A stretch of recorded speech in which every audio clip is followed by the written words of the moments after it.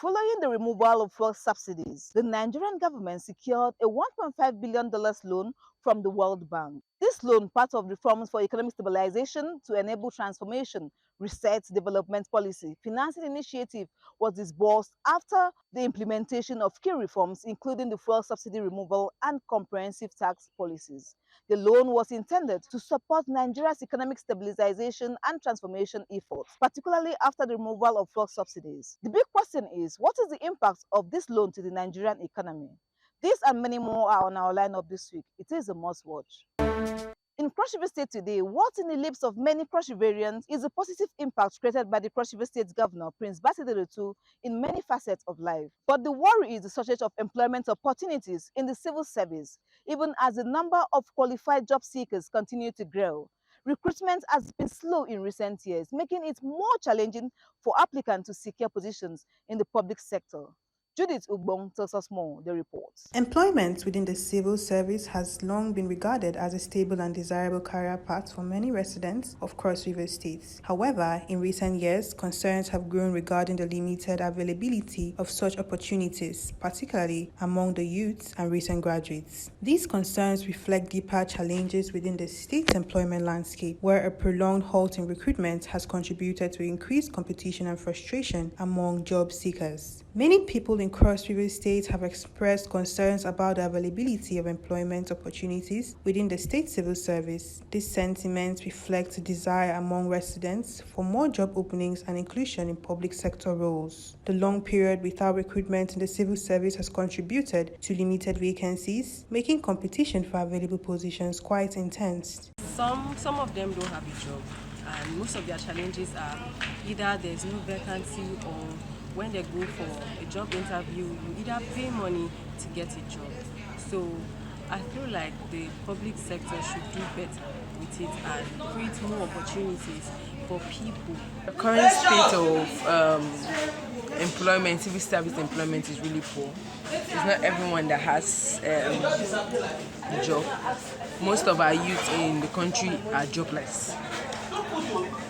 Most of the youth are graduates and they don't have job due to the bad government, and our leaders are not ready to do anything say something about it. They are all about themselves and they forget about we have graduates in town and graduates in the state that can help to boost our country and our nation.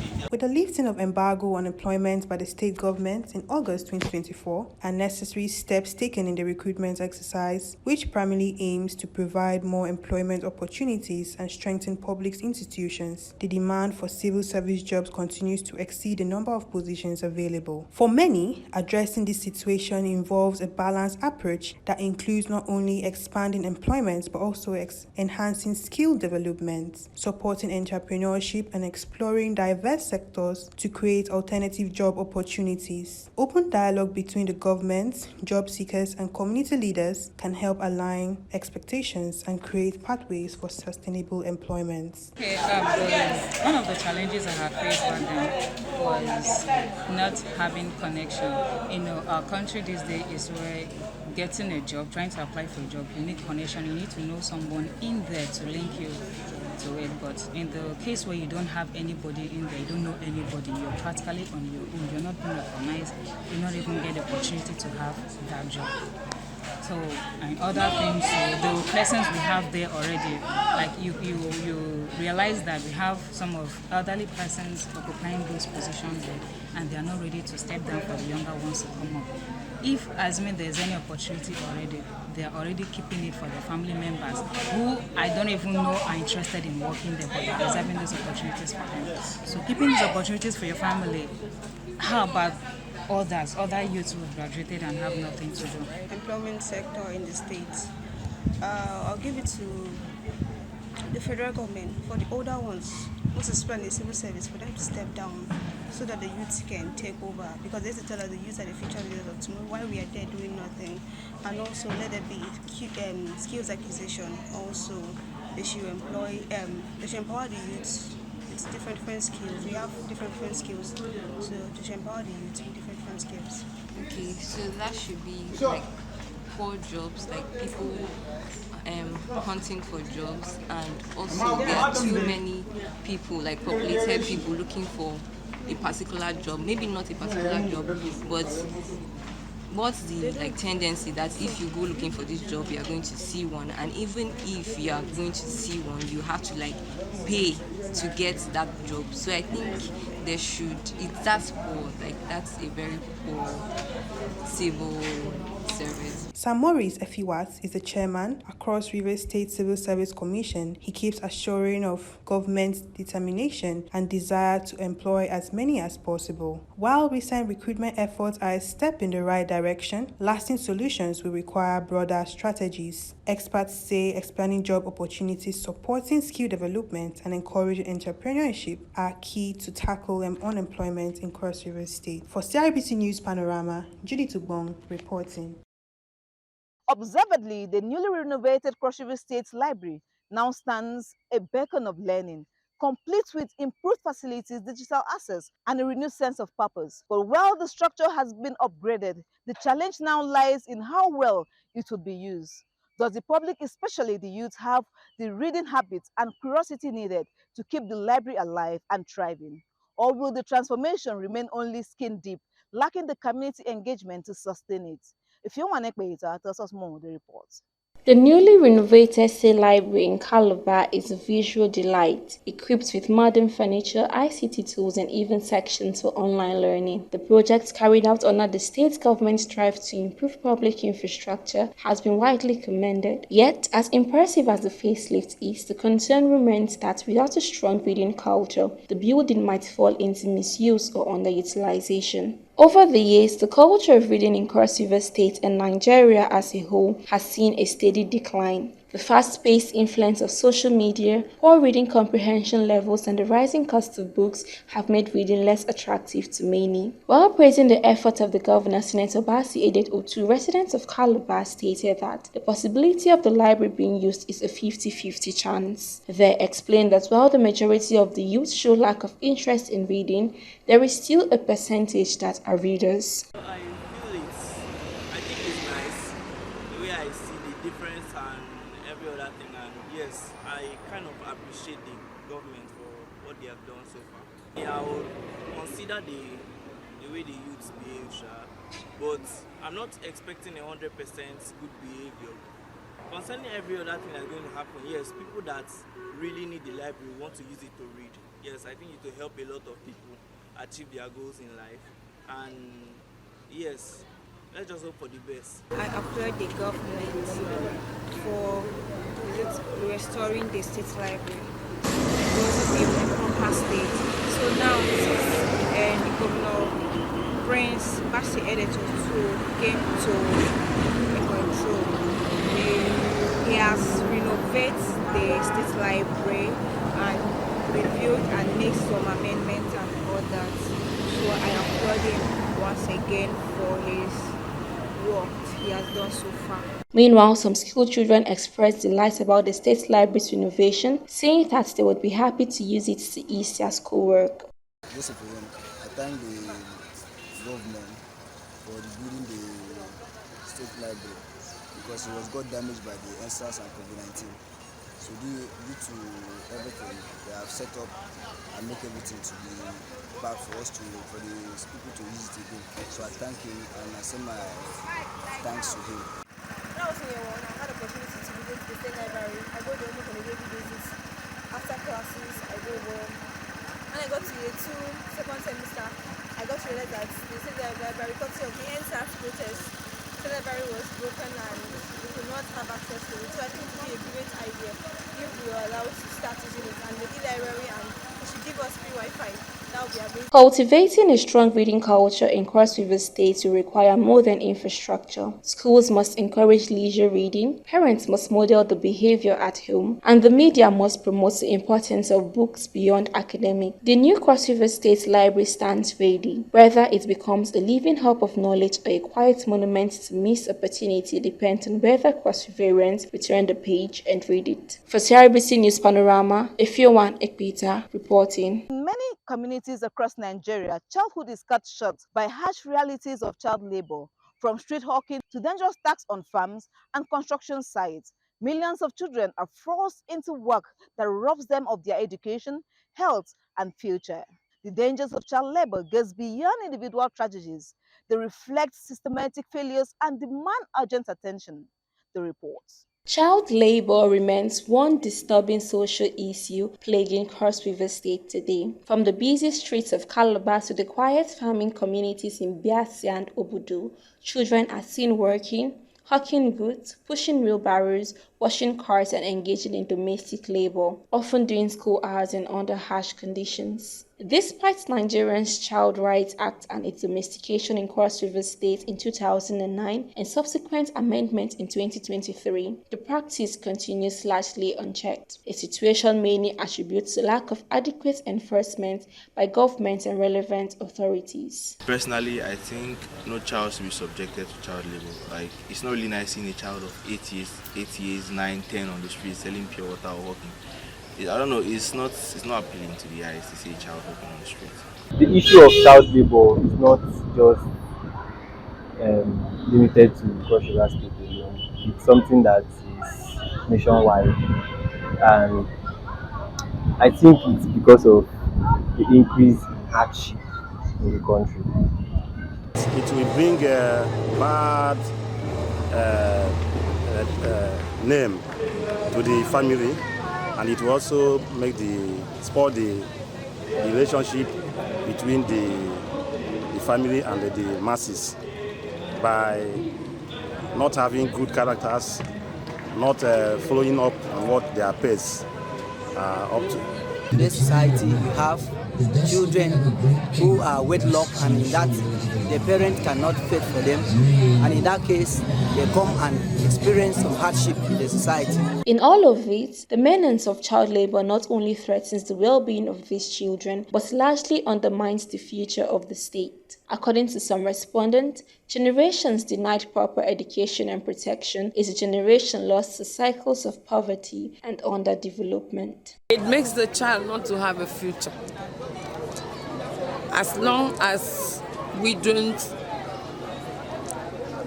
help the child to progress, then the negative activities of that we see today in the society are bound to take place.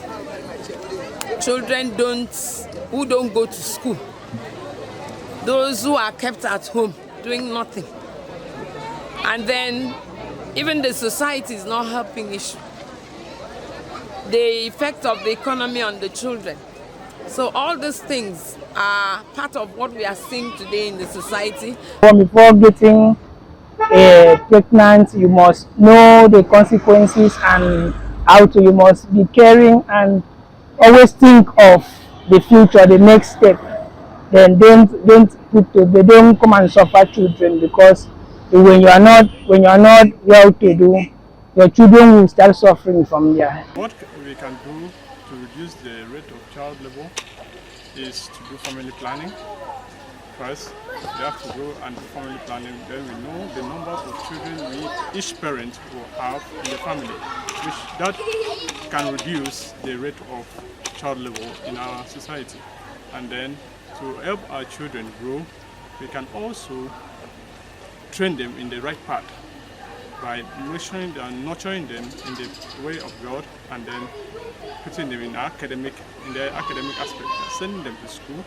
You should stop getting a lot of children, because getting more children will also not allow us to nurture the children in the right path. I think one of the main psychological impacts is that it makes the children mature too quickly, and then by that I mean them not being able to explore or maybe get all the benefits of their childhood, and then they get into adulthood, before they're supposed to begin to experience those things about growing up and all that. While some efforts have been made by the Ministry of Women Affairs and some non-governmental organizations to rescue and rehabilitate affected children, the reach is minimal compared to the scale of the problem. Observantly, enforcement of child protection laws remains weak and community awareness is still low. Experts insist that tackling child labor requires a multi-level response, free and quality education, strong enforcement of child rights laws, economic support for poor households, and sustained public enlightenment. For CRBC News Panorama, I am Ifyowan Equita. Child morbidity, the state of being diseased or unhealthy in a child, can have significant and far-reaching impact on parents. This impact can be emotional, psychological, financial, and social. Child morbidity encompasses illness and diseases in children, significantly impact both on economic and social well-being of families and communities, particularly in developing nations. Child illness, otherwise referred to as child morbidity, remains a pressing global health issue, especially in developing regions where access to basic healthcare services is limited. Although many childhood illnesses are preventable and treatable, they continue to affect millions of children each year. Addressing this challenge is essential not only to reduce child mortality, but also to ensure that every child has the opportunity to live a healthy, productive life. With focused efforts from governments, healthcare systems, and communities, the burden of disease among children can be significantly reduced. The introduction of free Medicare for 0 to 5 years by the Cross River government gives voice and value to the needs of vulnerable parents who cannot afford medical care in private and government-owned hospitals. And this program is about immunization we call it OPV, which is oral polio vaccination, and it's for children from 0 to 59 months of age. And so the vaccine is all about preventing children from coming down with poliomyelitis. So the vaccine, as I said, is given to children from 0 to 59 months of age, because these are the children whose immunity isn't strong yet, and they will not come down with this, in case of any outbreak, they will not come down with this disease. So this vaccine, OPV, oral polio vaccine, is to prevent these children from coming down with the disease at any time. The dangers of child illness are far-reaching. Common diseases such as pneumonia, diarrhea, malaria, and malnutrition continue to claim the lives of children under the age of 5. Even when not fatal, these conditions can result in long-term health complications, stunted growth, and reduced cognitive abilities. Illness during early childhood can hinder a child's ability to attend school, learn effectively, and ultimately reach their full potentials. Experts in the medical field throw more light. Parents so far, their reactions have been wonderful. They have been responding to immunization. This is because the DG Primary Healthcare Development Agency, Dr. Vivian Esebi-Otu, the State Social Mobilization Officer, and her team have gone out to mobilize. They have created awareness, there's sensitization, even in churches, prayer houses, schools, and all that. So the response is wonderful. Several factors contribute to the high rate of child morbidity. Poor sanitation, lack of clean drinking water, inadequate nutrition, and limited access to quality health care are among the leading causes. In many cases, children do not receive timely medical attention due to a such shortage of health care facilities or trained professionals, especially in rural or undeserved areas. Additionally, low awareness of preventive health practices among caregivers and communities further worsen the situation. Despite these challenges, child morbidity is largely preventable. Proven interventions such as routine immunizations, exclusive breastfeeding during the first 6 months, or proper nutrition and access to clean water and sanitation can drastically reduce illness in children. Community health education, regular medical checkups, and the availability of affordable healthcare services also play a critical role. When these measures are implemented effectively and consistently, they contribute to healthier childhoods and stronger communities. Well, apart from malaria and typhoid, there are many childhood illnesses like maybe stopping cough, polio, we have vaccines for that. So I believe that in 2025, those cases are not too common. But generally, malaria and typhoid are the most common, except you want to look into um, like cases like cancer, or maybe if the child, even measles, measles has a vaccine. So malaria and typhoid, I would say, is the most common. Then children under 5, those ones will just have maybe cough, catarrh, which could also be traced to malaria and typhoid. So I would just do malaria and typhoid for that question. Child morbidity is all about child illnesses that children pass through. Child illnesses, like when we talk about all these communicable diseases that can found in the community. We have things like polio. When a child is being affected in any of the diseases in the community, and if that is not well taken care of, it can cause spray in the community, which maybe other children, if that is not taken care of, other children will be affected in the community. Preventive measures there is that you as a parent, you have to be hygienic.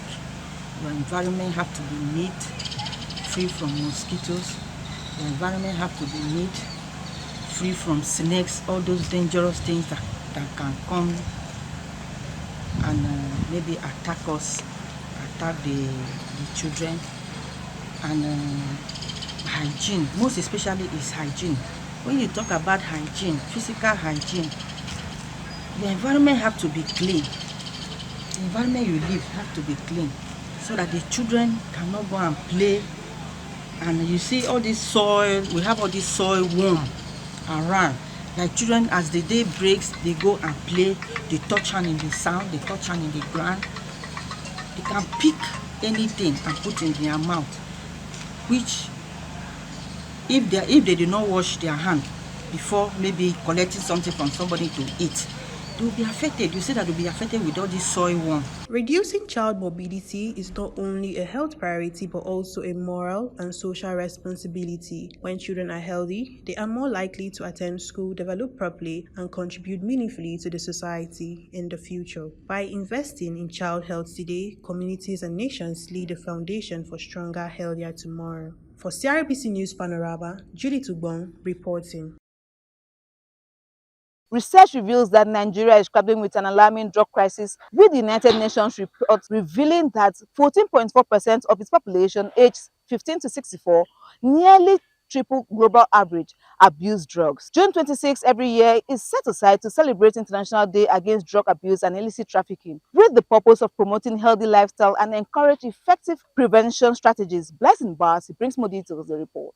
According to research from the National Bureau of Statistics in the year 2018 shows that 27.7% of Nigerians are presently engaged in drug abuse and 14.4% are youth aged 15, compared with the 2016 global annual prevalence of any drug use as 5.6% goes to the youth population between the ages of 64 years respectively. The International Day Against Drug Abuse and Illicit Trafficking was established by the United Nations in 1987 to address the serious issues surrounding drug abuse and the illicit drug trade. A resident in Calabar identified as Oluwadami shared a troubling experience in which he gave money to a group of young people to buy food. Instead of using the money for meals, the youth purchased drugs instead. He emphasized that many individuals engaging in drug use seem to lack a future, highlighting the serious consequences of this behavior. When you're doing drugs, definitely you don't have a future.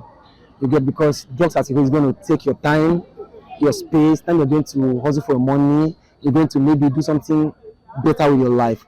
Like now, you go to the street of Nigeria, you find out that some youth are now engaging themselves into drugs, and they don't have hope. They don't have a future where engaging yourself into drugs. Our youth now are abusing it in a very bad way, and which is not good for their health, The purpose of the International Day Against Drug Abuse and Illicit Trafficking is not only to highlight the challenges posed by drug abuse but also to promote healthy lifestyles and encourage effective prevention strategies. The Deputy State Commandant, Nigerian Drugs Law Enforcement Agency boss Oseni Ibrahim in Calabar says the agency has introduced many intervention strategies in drug abuse management. You can only minimize the crime. Right. You can only reduce the drug abuse, but you cannot completely exterminate it. Because as you arrest some, you take them to prison. As you rehabilitate some, they still come. Some people will still come back. Some of them will come back from prison, still engage in it, and some new ones will still come up. So it's a job in progress. There's no end to it. But so far so good, we're doing well. The theme for the 2025 International Day Against Drug Abuse and Illicit Trafficking, Breaking the Chains, Prevention, Treatment and Recovery for All. Evidence is clear. Invest in prevention aims to raise awareness and promote action against drug abuse. Rebecca Iboke emphasized how drug abuse significantly impacts youth in the community. She points out that factors such as negligence, poverty and unemployment often lead young people to resort to drugs, resulting in increased incidence of crime, rape, and mental disorder. I think it's really having a negative impact on youth.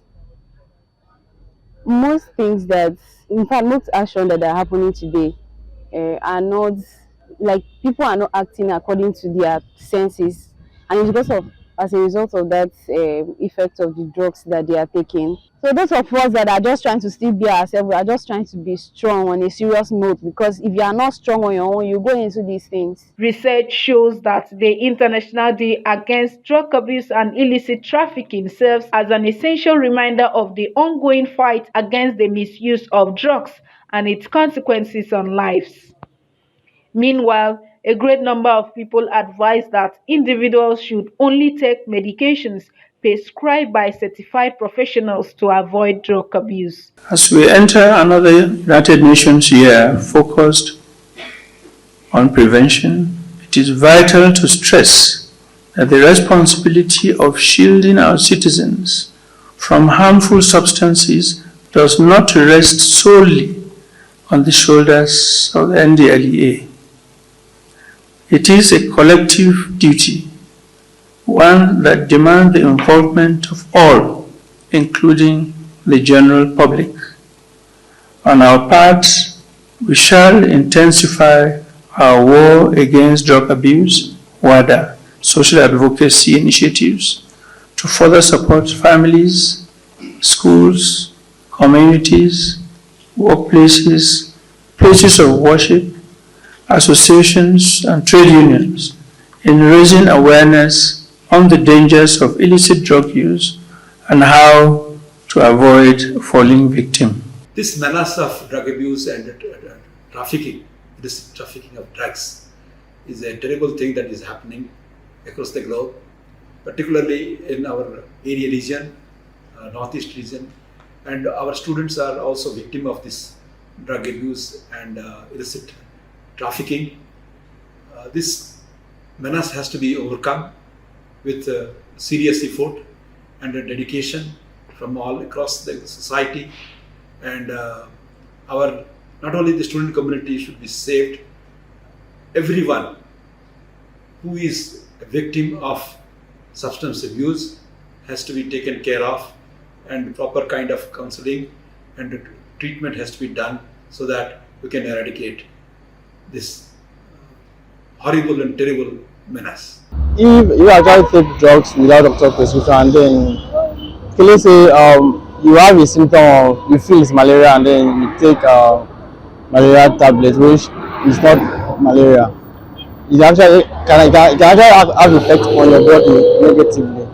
So I want to advise, if you sick, just go for a test before taking drugs. The day, which is said to stem from a resolution made by the United Nations General Assembly on December 7, 1987, aims to promote awareness and foster international cooperation to combat drugs-related problems that affect individuals, families, and community worldwide.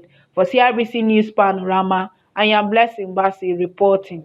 That is all we have on our lineup this week. We hope to be back same time next week. Do keep a date with us. I am Josephine Ifanga. For updates and engagement, follow us on our social media platforms: Facebook at CRBC X, formerly Twitter, Instagram and TikTok at CRBC Online, YouTube at CRBC New Media, WhatsApp on 090 377 87474. Again, 090 377 87474. We look forward to connecting with you.